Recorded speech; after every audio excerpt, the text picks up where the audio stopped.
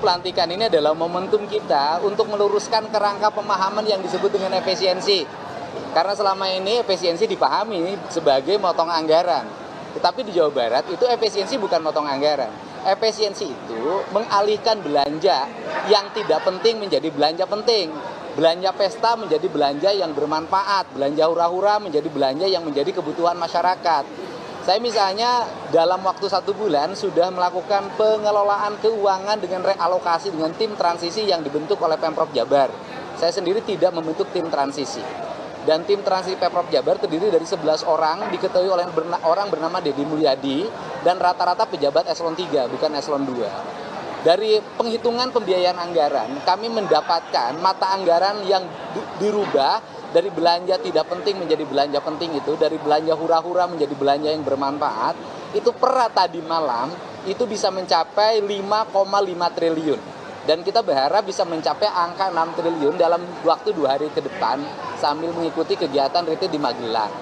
Dari anggaran tersebut kami akan merubahnya menjadi apa? 1. Belanja ruang kelas baru sekolah SMA di Jawa Barat dari angka 60 miliar kami rubah menjadi 1,2 triliun. Yaitu membangun 3.333 ruang kelas baru, membangun sekolah baru. Kemudian juga kita ingin juga membebaskan tanah-tanah untuk pembangunan sekolah di Jawa Barat dalam 2 tahun ke depan. Karena kebutuhan masyarakat Jawa Barat untuk sekolah, ruang kelasnya disiapkan oleh pemerintah provinsi 4,2 triliun. Dan itu akan kami capai dalam waktu 2 tahun, 2026 dan 2027. Yang kedua, merubah belanja infrastruktur jalan. Dari 600 miliar dirubah menjadi 2,4 triliun. Karena tidak mungkin investasi berkembang kalau infrastrukturnya tidak memadai. Kemudian juga kami merubah belanja listrik untuk warga miskin, yaitu membuat satuan sambungan untuk warga miskin, karena Jawa Barat hampir 200 ribu rakyatnya tidak punya listrik. Anggarannya dari 20 miliar kami rubah menjadi 350 miliar.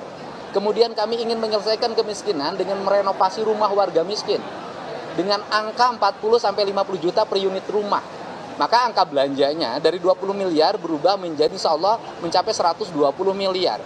Kemudian juga kami membangun nanti rumah sakit baru, membangun puskesmas baru, membangun puskesmas pembantu yang baru, menyiapkan mobil-mobil ambulan. Kita ingin belanja sekitar 200 unit untuk daerah terpencil, sehingga mereka bisa melayani warga terpencil dan menyiapkan dokternya serta kelengkapan di mobil tersebut. Nah, seluruh rangkaian ini adalah bagian dari kinerja pemerintah Provinsi Jawa Barat untuk didorong agar masyarakat Jawa Barat memiliki ketahanan pangan yang cukup, memiliki pendidikan yang cukup, memiliki jaminan kesehatan yang cukup, dan kemudian juga memiliki pendidikan yang cukup. Dan yang paling utama kami juga membaca fenomena tentang oknum ormas mengganggu investasi. Kami menyiapkan pembiayaan untuk melindungi para pengusaha, untuk menyiapkan biaya keamanan dengan istilah operasi Jabar Manunggal, yaitu mendorong perusahaan-perusahaan untuk kami dampingi agar tidak terganggu oleh oknum-oknum ormas, dari mulai pembebasan tanah, minta jatah ketika pembangunan, minta jatah ketika rekrutmen tenaga kerja melalui percalonan tenaga kerja, minta jatah produksi limbah ketika perusahaan berproduksi, dan itu selalu menjadi konflik di kawasan industri di Jawa Barat. Ini adalah orientasi program yang saya katakan efisiensi bukan memotong anggaran, tapi efisiensi adalah merubah alokasi anggaran. Termasuk kami akan mendorong pendapatan asli Jawa Barat itu kan 19 triliun hari ini, kami ingin minta pendapatannya ditaikin menjadi 21 triliun, sehingga belanjanya menjadi 33 triliun. Dan dana alokasi bantuan bagi hasil untuk kabupaten kota sebesar 6 triliun, itu 100% harus digunakan untuk pembangunan infrastruktur jalan. Tidak boleh digunakan untuk kepentingan lain. Pak, ada pengorbanan yang itu seperti apa ya Pak? Misalnya untuk menurunkan itu? Oh, nggak ada pengorbanan. Yang berkorban yang biasa jalan-jalan ke luar negeri nggak usah. Yang biasa piknik dengan berbau studi banding nggak usah. Yang biasa seminar-seminar nggak usah. Itu aja. Untuk memenuhi kebutuhan dasar warga Jawa Barat. Karena kegiatan seperti itu berpuluh-puluh tahun tidak menghasilkan apapun kecuali SPJ.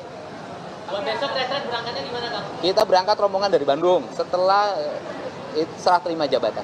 Kang, izin Ya. soal penegakan hukum. Awal-awal kan Kang Deddy sering banget menyoroti terpidana kasus Vina, dan berakhir TK kan ditolak. Kang, ini sebagai gubernur Jabar ada langkah lanjut? Kalau sebagai gubernur kan tidak bisa melakukan apapun, tetapi memberikan supporting pada para pengacara untuk melakukan kasasi yang kedua, itu bisa dilakukan.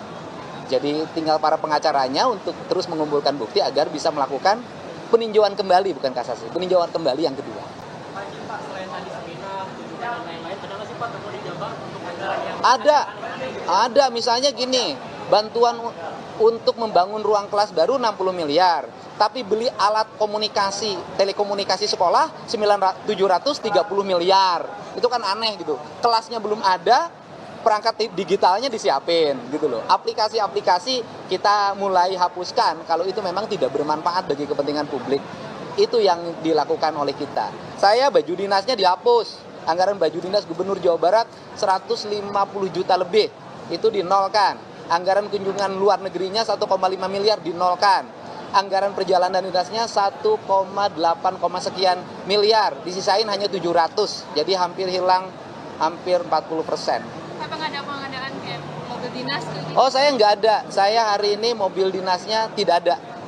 Jadi pakai mobil pribadi aja. Karena mobil dinas gubernur lama juga banyak banget.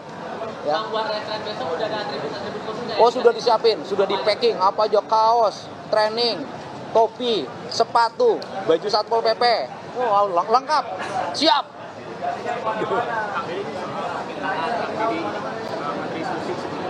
Oh iya, ya gini, yang tidak diterima ya, tapi Bu Susi minta tidak ada honor. Dan gini kan, larangan untuk mengangkat tenaga ahli, pakar, penasehat, itu kan kalau menimbulkan biaya dalam pendapat saya. Jadi seluruh penasehat di Provinsi Jawa Barat semuanya relawan, sukarela. Jadi tanpa biaya. Ya, minggu depan setelah pulang retreat, SK-nya saya tanda tangan. Ya, arahannya adalah agar Jawa Barat terkoneksi pembangunannya, pembangunan berwawasan lingkungannya semakin kuat, karena kita juga ingin bangun PLTS, pembangkit listrik tenaga sampah di seluruh wilayah di Jawa Barat. Dan kemudian ini yang paling penting, hari ini saya mengeluarkan perintah untuk melakukan nonaktif pada kepala sekolah di salah satu kepala sekolah di Depok, karena siswanya pergi ke Bali. Padahal sudah ada surat edaran PJ Gubernur yang melarang anak-anak sekolah itu bepergian, pelesir di luar Provinsi Jawa Barat. Arahan Bu Susi ya, harapannya adalah Bu Susi tetap memiliki spirit yang kuat untuk membantu pemerintah Provinsi Jawa Barat agar laut-lautnya terjaga dan tidak boleh lagi laut dipagarin. Hah? Bu Susi memberikan arahan-arahan tentang konsepsi pembangunan dermaga, penataan wilayah laut, kemudian konsepsi tentang pembangunan lintas daerah dengan sistem transportasi udara, karena kita akan nyiptain itu. Ya. Oh iya, jadi gini, geng motor, kita sudah membuat alokasi untuk menangani geng motor dan premanisme di Jawa Barat. Relatif lumayan alokasinya. Dan rencananya mereka yang tertangkap karena balapan liar di jalan, kemudian terlibat geng motor, kena keperkelahian antar pemuda, antar siswa, kita akan masukin wajib militer, dan saya berencana memasuki kurikulum wajib militer ke pendidikan SMA untuk membentukan karakter bela negara. Saya akan kerjasama dengan Kodam dan Polda Jabar.